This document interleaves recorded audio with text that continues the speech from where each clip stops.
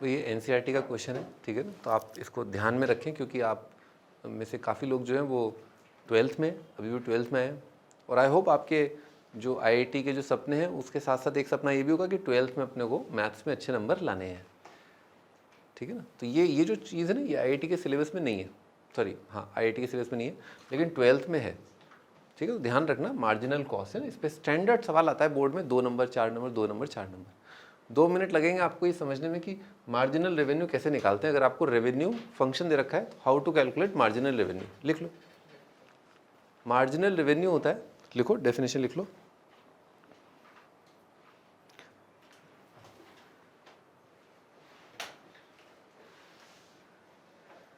Instantaneous rate of change of total revenue with respect to number of items sold।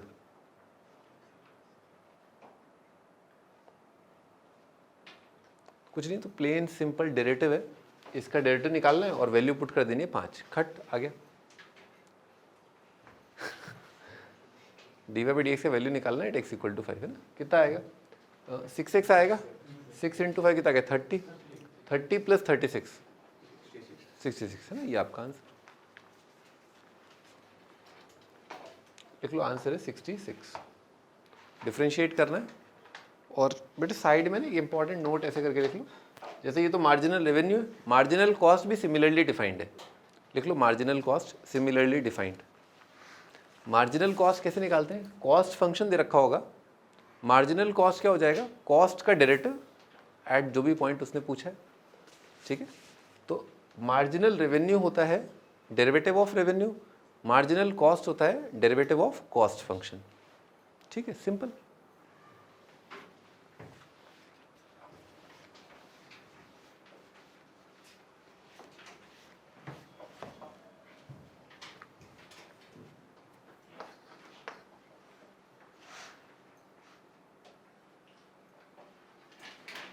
Question खुद ही लिख लो ना, if the side of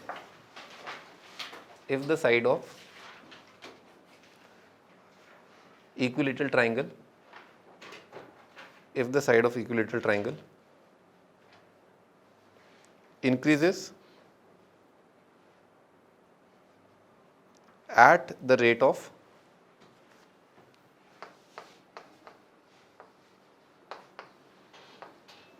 √3 cm/s and area increases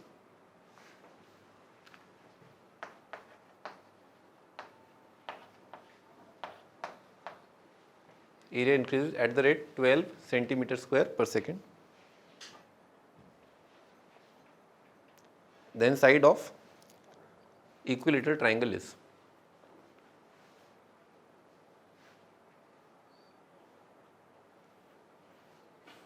ये दुनिया का सबसे आसान सवाल है ना, दुनिया का सबसे आसान सवाल है भाई। शुरुआत कैसे करेंगे, इक्विलेटरल ट्राइंगल का एरिया कितना होता है, √3/4 साइड स्क्वायर है ना, ठीक।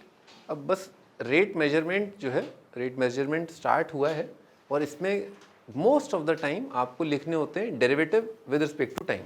क्या लिखने होते हैं, टाइम के रिस्पेक्ट में डिफरेंशिएशन करना होता है, दैट्स वेरी इजी, ऐसा कुछ नहीं है, कुछ तबाही नहीं है। लिखो differentiating both sides with respect to T, differentiate both sides with respect to T.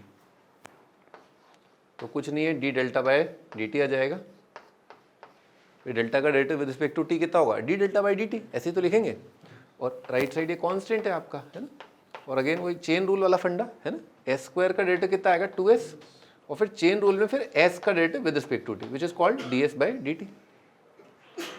Pretty simple है ना, इससे ज़्यादा आसान क्या होगा। अब कुछ नहीं है, वैल्यू दे रखी है, खेलो वैल्यू से, put the value get the answer.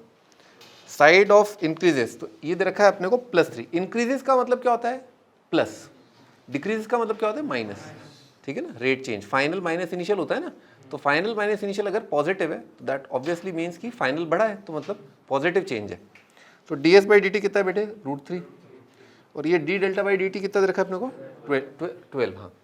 तो 12 is equal to √3/4 multiplied by आपका 2 इंटू साइड मल्टीप्लाइड बाय आपका √3।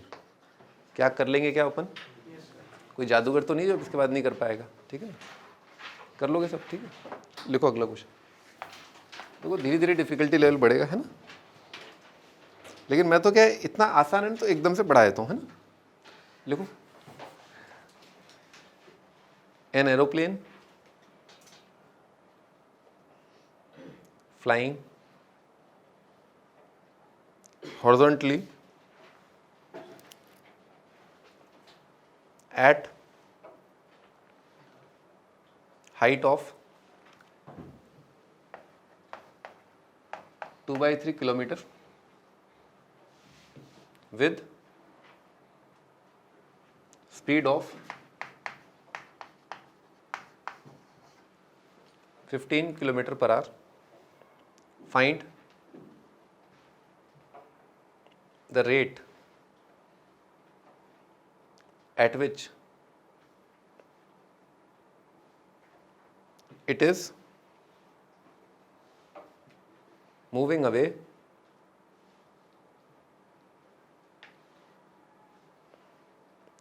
from a fixed point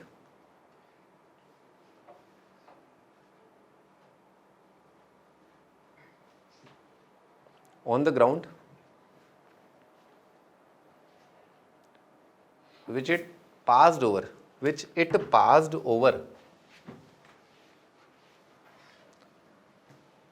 2 minutes ago. 2 minute पहले, है ना?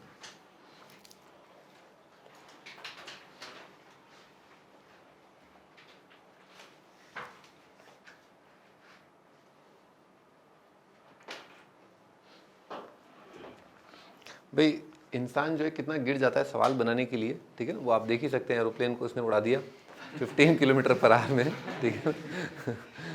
मेरे ख्याल से बैलगाड़ी भी इससे compete कर सकती है, आगे ही निकल जाएगी। तो खैर कोई बात नहीं, तो सवाल पर फोकस करते हैं। तो ये एरोप्लेन ये मूव कर रहा है, this is the point. 2 minute पहले वो एरोप्लेन यहाँ पर था, 2 मिनट पहले यहाँ पर था, सर आगे बढ़ गया। और आपको क्या है इसमें कोऑर्डिनेट, जैसे ये बिल्कुल फिजिक्स का क्वेश्चन जैसा है, जिसमें आपने देखा होगा कि टावर पे कोई आदमी खड़ा है, ठीक है ना, और उसने क्या एक पत्थर मारा, ठीक है ना, एक पत्थर मारा या फूल फेंका। फूल तो कौन फेंकेगा इतना ऊपर चढ़ के तो पत्थर ही मारेगा। तो पत्थर मारा तो वो जो जो पत्थर है वो किस तरह का मोशन रखेगा? प्रोजेक्टाइल मोशन, ठीक है ना। और फिर उसमें आपको सेट करना पड़ता है ना, इसमें आपको सेट, मतलब उस प्रॉब्लम में आपको सेट करना पड़ता है, this is your X axis, this is your Y axis, ये पॉजिटिव सेंस है, नेगेटिव सेंस है, किया है ना ये सब? हाँ, यहाँ पर भी ऐसा ही है, ठीक है ना। ओके, तो क्योंकि वो हॉरिजॉन्टली मूव कर रहा है, let's say this is the horizontal surface, ये अर्थ सरफेस है, लेट्स से कि थोड़ी देर के लिए मान लेते हैं कि चलो अर्थ सरफेस हॉरिजॉन्टल है, तो ठीक है। तो ये वाली दूरी जो है फिक्स है, 2/3 किलोमीटर है। लिखो यहाँ तक।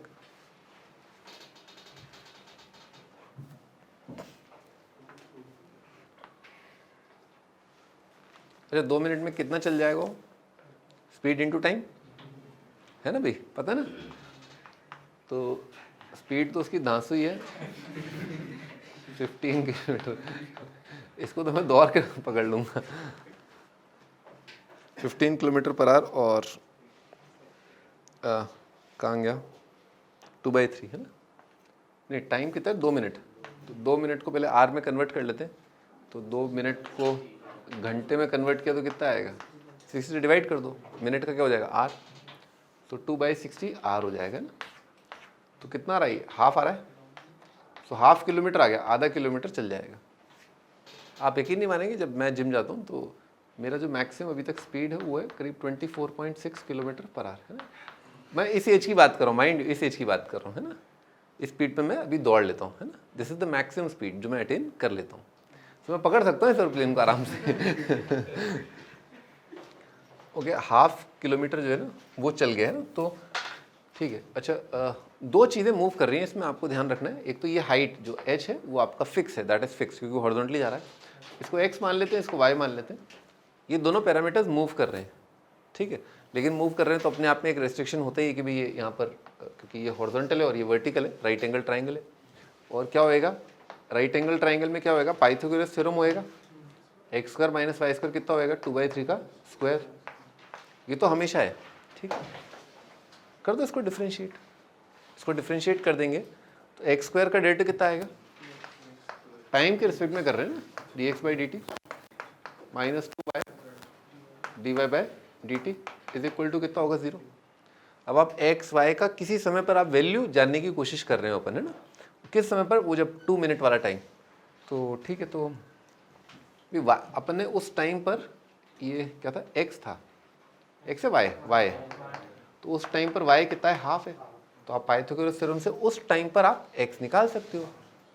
ऊपर से ये जो चेंज हो रहा है ना, वाई इधर जा रहा है, तो D Y by D T क्या है actually, speed which is given as 15 kilometre per our.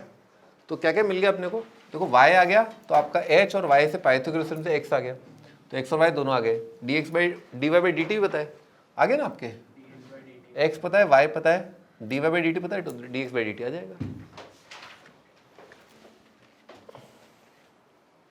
Gone, ठीक है। और x D Y by D T कितना है आपका 15, y का वैल्यू कितना है हाफ, x तो निकाल लेंगे पाइथागोरस थ्योरम से, dx बाई डी टी, और x का वैल्यू ना कितना आएगा, इसका स्क्वायर प्लस इसका स्क्वायर, है ना, ओके। तो पाइथागोरस थ्योरम लगाया तो 2/3 का स्क्वायर प्लस 1/4, है ना बेटे, 4 का कितना आ जाएगा 16 प्लस 9 और 3 का स्क्वायर कितना आ रहा है, 3 का स्क्वायर और 2 का स्क्वायर 4, 6 का स्क्वायर, है ना, कितना आ गया 5/6 आ जाएगा। दिस इज इक्वल टू 5/6, है, कर लेंगे अपन।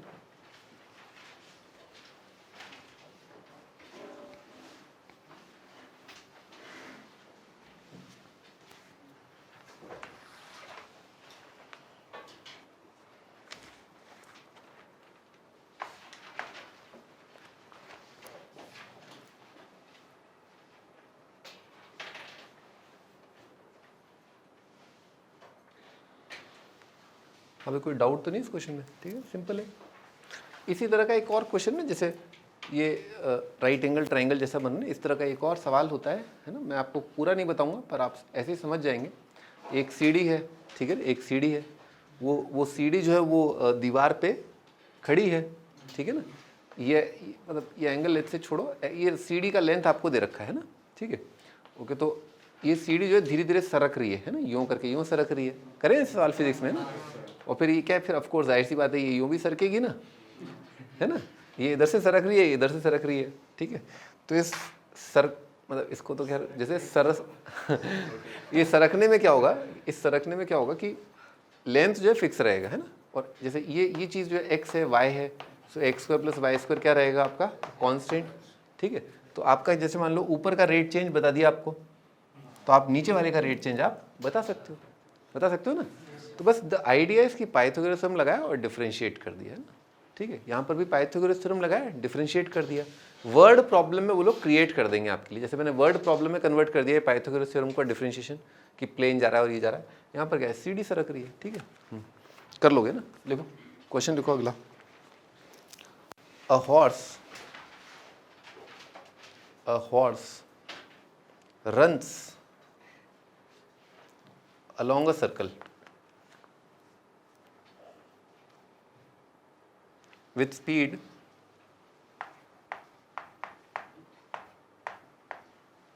20 किलोमीटर पर आवर। अ लालटेन, ठीक है ना, जो लोग वो सास बहू का सीरियल देखते हैं उनके लिए बता रहा हूँ। अ लालटेन इज एट द सेंटर, और जो लोग गेम ऑफ थ्रोन्स देखते हैं उनके लिए बोल रहा हूँ लैंटन, ठीक है ना। A lantern is at the centre of the circle, LANTER ना, अगर आप हिंदी में भी लिखेंगे तो कोई फर्क नहीं पड़ रहा है, ठीक है। A lantern is at the centre of the circle, लालटेन लगा रखी है अपन ने सर्कल के सेंटर पर। अ fence is along the tangent, a fence is along the tangent to the circle at the point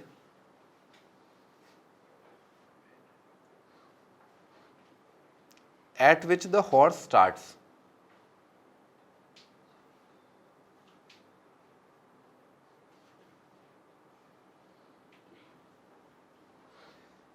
यहाँ तक लिख लिया, eight which the horse starts, full stop. Find the speed with which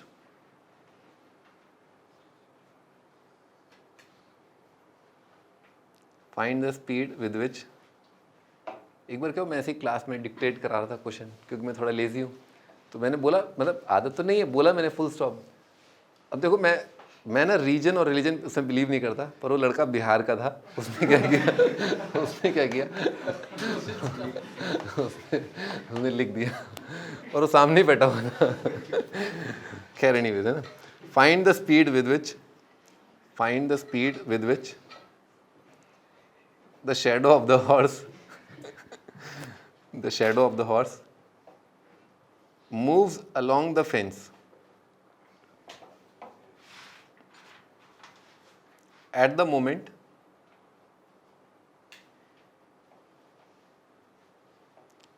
when it covers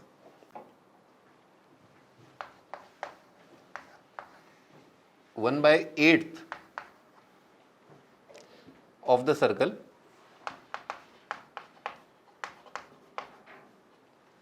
in kilometre per our. भाई I hope सभी ने physics में circular motion और rotational dynamics कर रखा होगा, है ना, आई होप कि कर रखा होगा। ठीक, ऑलराइट। सो भाई ऐसा है, एक सर्कल है, इसमें जो घोड़ा दौड़ रहा है, ठीक है ना, और तुगड़ुक करने की जरूरत नहीं है, पता है कि घोड़ा दौड़ रहा है। ओके, तो a horse runs along a circle with speed this, a lantern is at the centre, ठीक है, और a fence is along the tangent to the circle. Let's say यहाँ पर फेंस है, इधर फेंस लगा रखा है। A fence is along the tangent to the circle at the point, ठीक है ना, अलोंग द सर्कल। यहाँ से मान लो घोड़े ने दौड़ना चालू किया, पर घोड़ा जो है यहाँ पर इधर दौड़ रहा है ना, इधर सर्कल पर दौड़ रहा है। Find the speed with which the shadow moves, है ना। तो बेसिकली आप समझ ही रहे होंगे कि लालटेन यहाँ लगा रखी है, तो इस तरह से उसका शेडो यहाँ पर पड़ रहा होगा ना घोड़े का, और पड़ ही रहा होगा। खैर, find the speed with which the shadow of the horse moves along the fence at the moment when it covers 1/8 of circle, है ना। तो 1/8 बेटे यहाँ तक क्या होगा आपका, ये पूरा पार्ट क्वार्टर ऑफ सर्कल यानी कि 90 डिग्री। तो 1/8 का मतलब क्या हो जाएगा, ये एंगल 45। उस वक्त की बात कर रहे हैं जिस टाइम पे निकालना है। तो अब ध्यान रखा करो कि आप है ना इसको फिक्स मत मान लो, है ना। ऐसे मत सोचो कि आधे घंटा मतलब 2 मिनट में ट्रैवल किया तो y का वैल्यू आपका फिक्स हो गया। इट इज स्टिल मूविंग, वो चीज़ मूव कर रही है, तो आप उसे फिक्स मत मान लेना, है ना, ये ध्यान रखना है इसमें। तो यहाँ पर ये एंगल थीटा है, थीटा मूव कर रहा है। हाँ, जब आप डिफ्रेंशिएट करोगे तब शायद आपको थीटा का वैल्यू रखने की जरूरत पड़े, ठीक है ना, अभी तो नहीं है। ओके, तो सर्कल का रेडियस कुछ दिया उसने, रेडियस नहीं दिया है ना, बस ये दिया है कि ये जो चीज़ है ये 20 किलोमीटर पर आवर इसका रेट चेंज है ना। तो मान लेते हैं सर्कल का रेडियस r, लिखो r।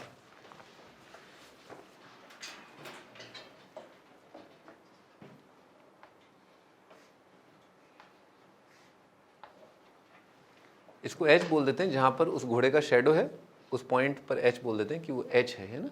और जाहिर सी बात है कि भाई h जो है चेंज हो रहा है ना, h चेंज हो रहा है, तो क्या निकालना है अपने को, dh/dt। लिख लो dh/dt निकालना है अपने को। और यहाँ से डायग्राम से दिख रहा है h कितना हो जाएगा आपका, r tan थीटा, सही है। तो दिख ही रहा है कि भाई h चेंज हो रहा है, तो इसी को डिफ्रेंशिएट करना है अपने को, तो कर देते हैं। डिफ्रेंशिएट कर दिया इसको दोनों साइड। बेटा r तो कांस्टेंट है, सर्कल का रेडियस थोड़ा ना मूव कर रहा है ना। tan थीटा, यहाँ थीटा मूव कर रहा है, तो tan का डेरिवेटिव कितना आएगा, sec² dθ/dt। सर्कुलर मोशन याद है भाई, डिस्प्लेसमेंट का डेरिवेटिव कितना होता है, वेलोसिटी। वैसे थीटा या एंगुलर जो मूवमेंट हो रहा होता है, जो थीटा की टर्म्स में मेजर किया जाता है रेडियन की टर्म में, तो dθ/dt क्या होता है, एंगुलर वेलोसिटी, ओमेगा मतलब जो होता है ना। और फिर एंगुलर वेलोसिटी का अल्फा आता है शायद, d⍵/dt, अल्फा बोलते हैं ना उसको, ठीक है। तो dθ/dt क्या है आपका, ओमेगा। इसको लिख लेते हैं इस बात को ना, r ओमेगा sec² थीटा, है ना। यहाँ तक कोई डाउट? अच्छा, r ओमेगा कुछ याद है क्या होता है, v is equal to r omega, है ना। तो v is equal to r omega, तो यहाँ पर v रख देंगे, और v हमें पता है ना, क्योंकि v एक्चुअली क्या है, यही तो है, स्पीड ऑन सर्कल, ठीक है। तो ये हमें पता है, और थीटा भी हमें पता है 45 पर, थीटा 45 है ना। आ गया आंसर, कितना था, स्पीड 20 किलोमीटर पर आ रहे, और sec² थीटा, है ना, sec² थीटा। एक्चुअली ओमेगा का डायमेंशन कितना होता है, पर टाइम होता है ना, पर टाइम होता है। तो क्योंकि आर है डिस्टेंस, डिस्टेंस इनटू पर टाइम कितना हो जाएगा, स्पीड ही आ जाएगा। और सेक स्क्वायर थीटा, सारे ट्रिग्नोमेट्रिक जो रेशियोज होते हैं वो क्या होते हैं, डायमेंशनलेस, ठीक है ना।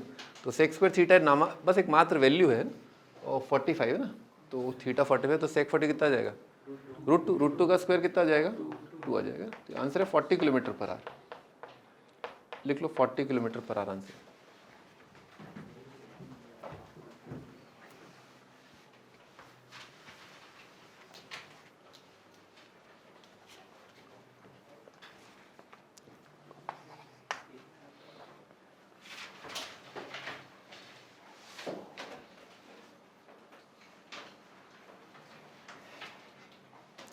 लिखो अगला question, water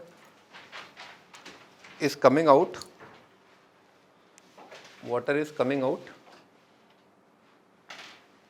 from conical funnel of semi vertical angle 45 degree at uniform rate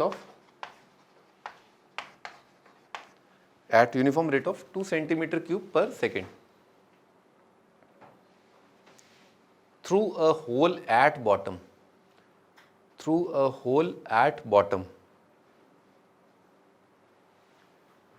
full stop,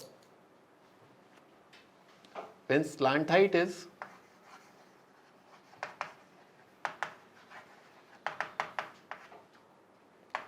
4 centimeter, find rate of, when slant height is 4 centimeter, find rate of decrease of slant height of water.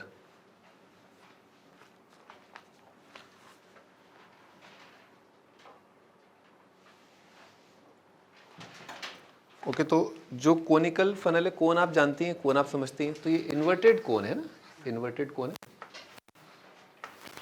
ठीक है, इस तरह से कोन, ये inverted कोन है। Okay इसने क्या बोला है, semi vertical uniform rate, water coming out uniform rate of this through hole at bottom है ना, ऐसे पानी इसमें से निकल रहा है, तो इसका मतलब वॉल्यूम का जो रेट चेंज है वो क्या होगा, negative, D by D T एक नेगेटिव वैल्यू होगा। तो लिख लेते हैं इस बात को जो दे रखा है, देखो डी बाई डी टी ये अपने को दे रखा है -2 सेंटीमीटर क्यूब पर सेकेंड है। आई होप यहाँ तक कोई दिक्कत नहीं है ना, D by D T negative, और स्लांट हाइट 4 है ना, तो ऐसे पानी भरा हुआ है ऐसे करके ना, ऐसे करके ऑरेंज कलर का पानी है इसमें ना, और ये जो वैल्यू है यहाँ से यहाँ तक, that is called slant height, ये एल है ना। और सेमी वर्टिकल एंगल भी बोला इसने कुछ है ना, वैसे तो कोन इस तरह का होता है, और इस तरह में जब आपने परपेंडिकुलर डाला और ये जो राइट एंगल ट्राइंगल बना, इसका ये वाला जो एंगल है ना, that is called semi, semi मतलब हाफ, पूरा वर्टिकल एंगल तो यहाँ से यहाँ होगा, सेमी वर्टिकल एंगल ये वाला, ये 45 बोला है ना, ठीक है। तो यहाँ पर अगर अपन इसको इससे जोड़ दें सेंटर से और जोड़ दें, तो ये वाला एंगल कितना है 45, इससे होगा क्या कि 45 है, यहाँ 90 है, तो ये एंगल कितना हो जाएगा 45, तो आर और एच जो है वो दोनों क्या होंगे, सेम क्वांटिटी, समझ में आ रही बात, राइट आइसोसेलेस लेते हैं ना, आर और एच सेम होंगे। ओके तो अपने को किसकी टर्म में लाना है सब चीज़ें, वॉल्यूम किसकी टर्म में, एल की टर्म में लेकर के आना है। वॉल्यूम का कोई फार्मूला बताओ, बताइए सबको है ना, 1/3 of pi R square H है, ये वॉल्यूम का फॉर्मूला। और आर कितना हो जाएगा यहाँ से देख सकते हो, अगर ये थीटा होता, वैसे तो थीटा नहीं, फिक्स ही है ये तो फिक्स ही है, तो आर कितना होगा एल साइन थीटा, और एच कितना हो जाएगा एल कॉस थीटा है ना। तो लिख लेते हैं आर कितना हो जाएगा एल कॉस एल साइन 45 है ना, तो एल बाय √2 का स्क्वायर, और ये भी एल बाय √2 है ना, तो कितना जाएगा π/3, और नीचे आएगा 2√2, और कितना आएगा L3, ठीक है L3 है।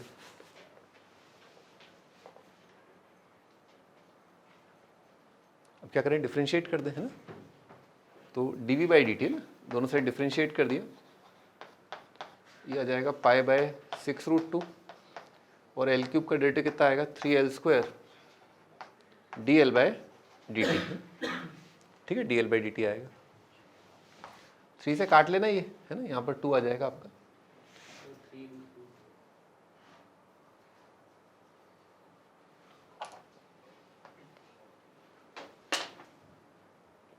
ओके, अब तो मेरे ख्याल से आप लोग कर पाएंगे आराम से, क्योंकि एल का वैल्यू दे ही रखा है उसने, 4 है ना, तो यहाँ पर 4 चिपका देना, ये वैल्यू चिपका देना -2, तो D L by D T क्या आएगा, नेगेटिव।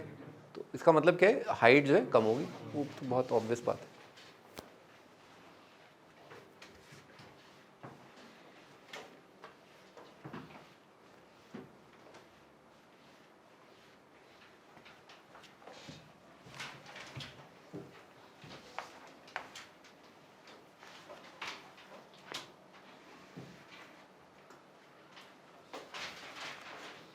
इसको इम्पोर्टेंट मार्क कर लो, है ना।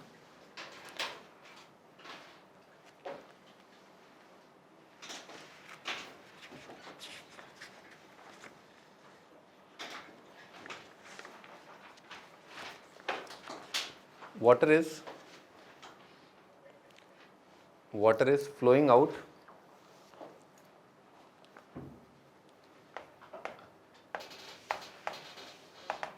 at the rate 6 meter cube per minute from a hemispherical bowl of radius 13 meter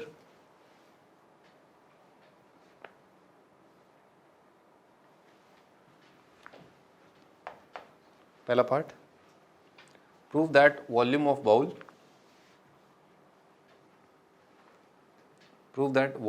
bowl is given by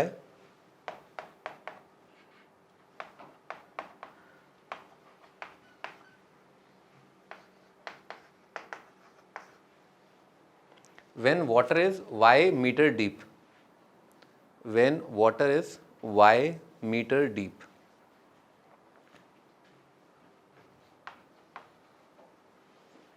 Second part, at what rate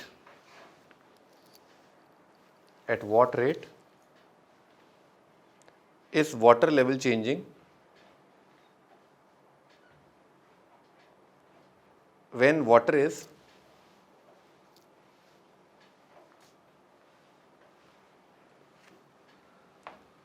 8 meter deep.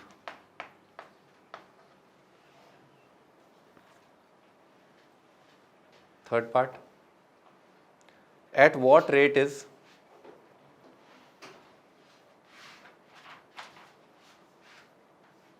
radius of water surface changing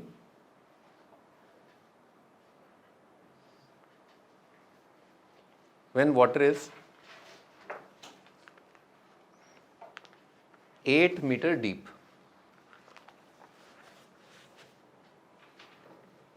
मैं दोबारा बता देता हूँ, third part में दोबारा repeat कर रहा हूँ। At what rate is the radius of water surface changing when water is 8 metre deep, है ना। इसका सबसे मुश्किल पार्ट ये पहला पार्ट ही है ना। आइए इसको देखते हैं। और इस तरह का क्वेश्चन एक बार आईआईटी में आया था, लेकिन उसको आए हुए करीब 17-18 साल हो गए, ठीक है ना। कितने साल हो गए? 17-18 साल हो गए, लेकिन कौन जाने कब क्या हो जाए, है ना। तो इसीलिए ऐसे ऐसे ऐसे इतना अच्छा लेवल होना चाहिए अपना कि अगर कोई डरावना क्वेश्चन भी आ जाए ना, तो अपने को पता होना चाहिए कि डरावना, और एग्ज़ाम में न करें उसे। एग्ज़ाम में इतना लेंथी क्वेश्चन न करें। अगर आपके पास टाइम है तो बात और है, पर लेंथी क्वेश्चन नहीं करना है अपने को ना एग्ज़ाम में। मतलब इतना लेंथी तो नहीं। लिखो,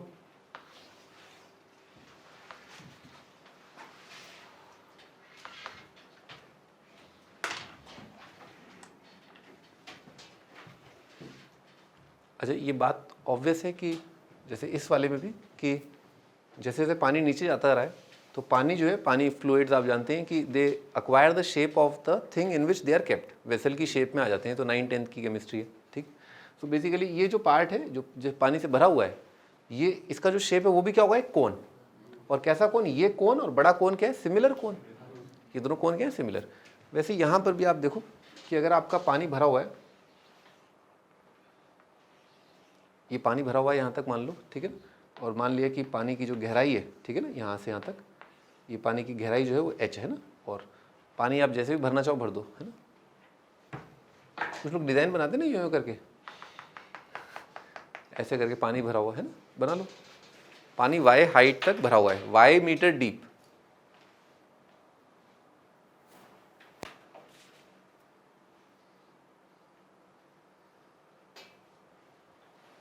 ठीक है, बस अभी देख लो, है ना, अभी देख लो, अभी ड्रॉ मत करना कंप्लीटली, ठीक है ना, इतना बना दो। ओके, तो भाई साहब क्या कह रहे हैं कि पानी के अभी जो पानी का वॉल्यूम है, अगर पानी की गहराई y है तो पानी का जो वॉल्यूम आया हुआ है अभी हेमिस्फीयर में वो कितना है ना, यानी कि यहाँ से यहाँ तक है ना, ये वॉल्यूम आपको बताना है। ओके, तो हमने फिजिक्स में देखा होगा तुमने कई बार, हीट हो गया अपना, हीट हो गया, तो हीट में आपने देखा होगा कि rho is equal to R L by होता है, कुछ R is equal to rho L by होता है। रेजिस्टेंस जो होता है ना वो D Q by D T किस में आता है, हीट में आता है ना, हीट ट्रांसफर नहीं हुआ। अच्छा कोई बात नहीं, आपने कई बार इंटीग्रेट वगैरह तो किया होगा ना। अच्छा, सेंटर ऑफ मास निकाला है उसका, डिस्क का 2 पाई बाई एम जो आता है सेंटर ऑफ मास का, 2 पाई बाई एम होता है, कुछ ऐसा कुछ होता है, आर, हाँ मतलब हाँ आर पाई बाई एम करके आएगा डिस्क, हाँ मतलब जैसे ये एम मास की डिस्क है, सर्कुलर मास यूनिफॉर्मली डिफाइंड है, तो उसका सेंटर ऑफ मास की साइड पे होता है यहाँ से यहाँ तक, आर इंटू 4r/3 पाई होता है इसका डिस्क का। ठीक है, तो पता है ना उसको कैसे डिराइव किया था आप लोगों ने, किया था ना इंटीग्रेट, बस ठीक है, बस ठीक है, तो आता है मतलब, है ना। लिखो differential element of volume, differential element of volume, differential element of volume.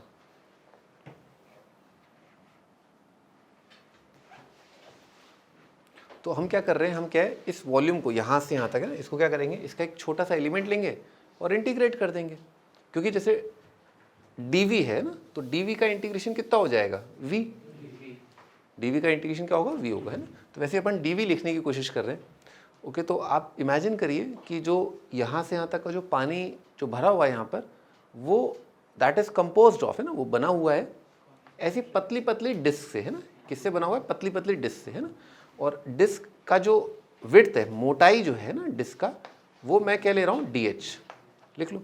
h height के बाद क्या आ जाएगा, डी का एक पतला सा, डी मतलब बहुत छोटा सा, बहुत पतला सा एक what do call right circular cylinder, है ना। लिखो right circular cylinder of height D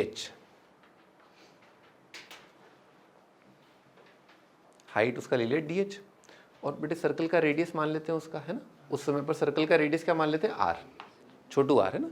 तो राइट सर्कुलर सिलेंडर की तरह होगा वो, भाई जो डिस्क है वो इतनी सी पतली सी है बिल्कुल, है ना, डी हाइट है और रेडियस उसका आर है। तो राइट सर्कुलर सिलेंडर का वॉल्यूम क्या होता है, पाई आर स्क्वायर एच, क्या होता है, पाई आर स्क्वायर एच।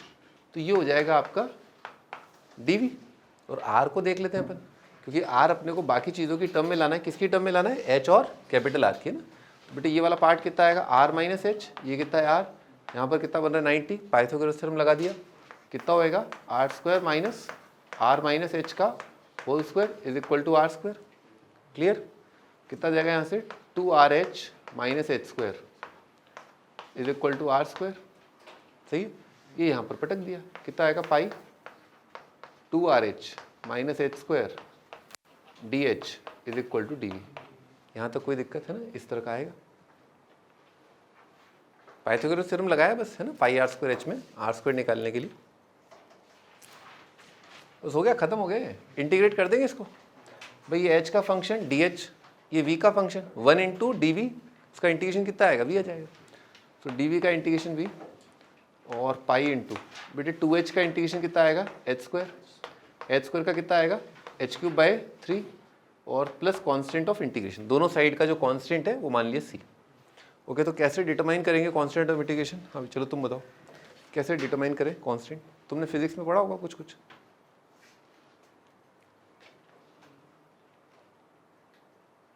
सी का वैल्यू क्या आएगा, जैसे तो हमें पहले ही पता है आंसर क्या है, पर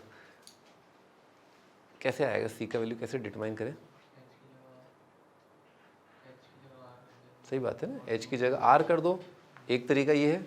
इससे क्या होगा, एच की जगह आर करने पर आपको मिल जाएगा कि वॉल्यूम जो है आधे स्फेयर का, वो हमें याद है, हमने रट्टा मार रखा है 10th क्लास में, याद है क्या होता है 2/3 पाई आर क्यूब। तो उससे आप कंपेयर कर सकते हो, पर ध्यान रहे है ना वो गलत है, तुम्हारा तरीका गलत है। उसका रीज़न क्या है कि तुम्हें कैसे पता वो 2/3 पाई आर क्यूब है, वो आया, उसका डेरिवेशन कैसे आएगा, इंटीग्रेशन से आएगा। फॉर्मूला कभी डिराइव किया तुम लोगों ने, स्फेयर का वॉल्यूम कैसे आया, कभी किया, बताया ना, बस वन वे कम्युनिकेशन था ना, ये होता है बस, है ना भाई, डिराइव ऐसे होता है। इसमें एच की जगह आर रख दो आप, देखो रखो कितना आ रहा है। खैर बाउंड्री वैल्यू कंडीशन से आएगा, लिखो बेटे हाइट 0 है तो वॉल्यूम कितना होगा 0। अरे जब पानी भरा ही नहीं है तो खाली होगा ना डब्बा, तो h 0 तो वॉल्यूम क्या होगा 0। तो h 0 0 v 0, तो 0 is equal to c plus 0, तो c कितना आ गया 0। हाइट 0 तो क्या है, पानी का वॉल्यूम 0। क्लियर है ना, तो ये बाउंड्री वैल्यू कंडीशन है। और मैं क्या करता है, वो h की जगह r रख देते हैं, तो कितना आएगा R cube minus R cube by 3, दिख गया फटाक से 2/3 आर क्यूब, है ना। हाँ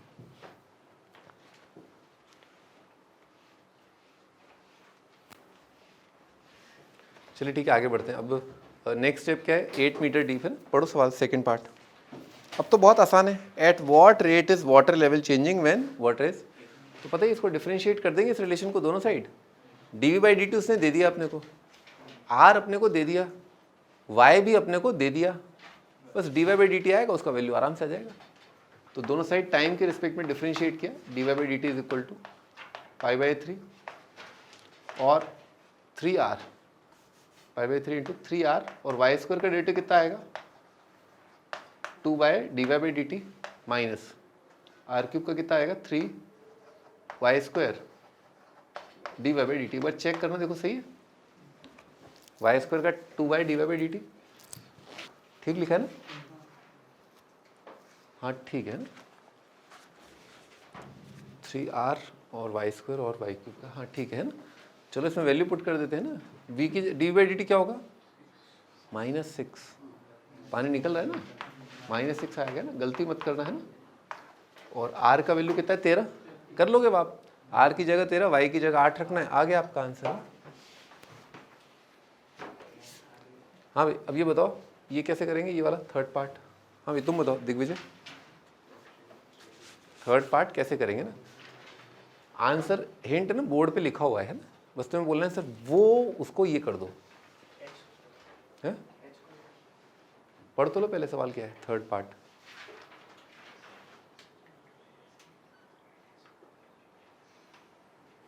देखो होगा क्या, जैसे जैसे पानी जो है नीचे जाता जा रहा है, ठीक है ना, ये पानी की जो सतह है ना, ये वाला रेडियस जो है ये क्या होगा, कम होता जाएगा ना, रेडियस कम होता जाएगा। तो आपको बताना कितनी तेजी से कम हो रहा है। जैसे dy/dt क्या है, रेट चेंज ऑफ हाइट बता रहा है, ठीक है। हाँ क्या करेंगे बताओ, हाँ सही, क्या करना है, इसको डिफ्रेंशिएट करना है ना। आपको ये ध्यान रखना है कि आपको आर भी पता करना होगा उस समय पर, है ना, उस वक्त पर। जैसे बेटे आर क्या है, कैपिटल आर कितना है 13, ये कितना है आपका 8, तो 13 माइनस 8 है, तो ये कितना आ जाएगा 5 है, और ये कितना है 13 है, तो ये कितना हो जाएगा उस वक्त 12, पाइथागोरस थ्योरम से। अब आप इसको डिफ्रेंशिएट करो, कितना आएगा 2r dh/dt माइनस 2h है ना dh/dt, और is equal to 2r into dr/dt। Clear है क्या, ये आएगा। अब इसमें आप देखो dh/dt आपने निकाल लिया, r आपने निकाल लिया, h आपका पता ही है पिछले पार्ट 8, dh/dt पिछले पार्ट से आ गया, पिछले पार्ट से dh/dt आ गया, r अभी मैंने आपको बताया r का वैल्यू कितना है 12, तो बस आप dr/dt अब आप आराम से कैलकुलेट कर लोगे।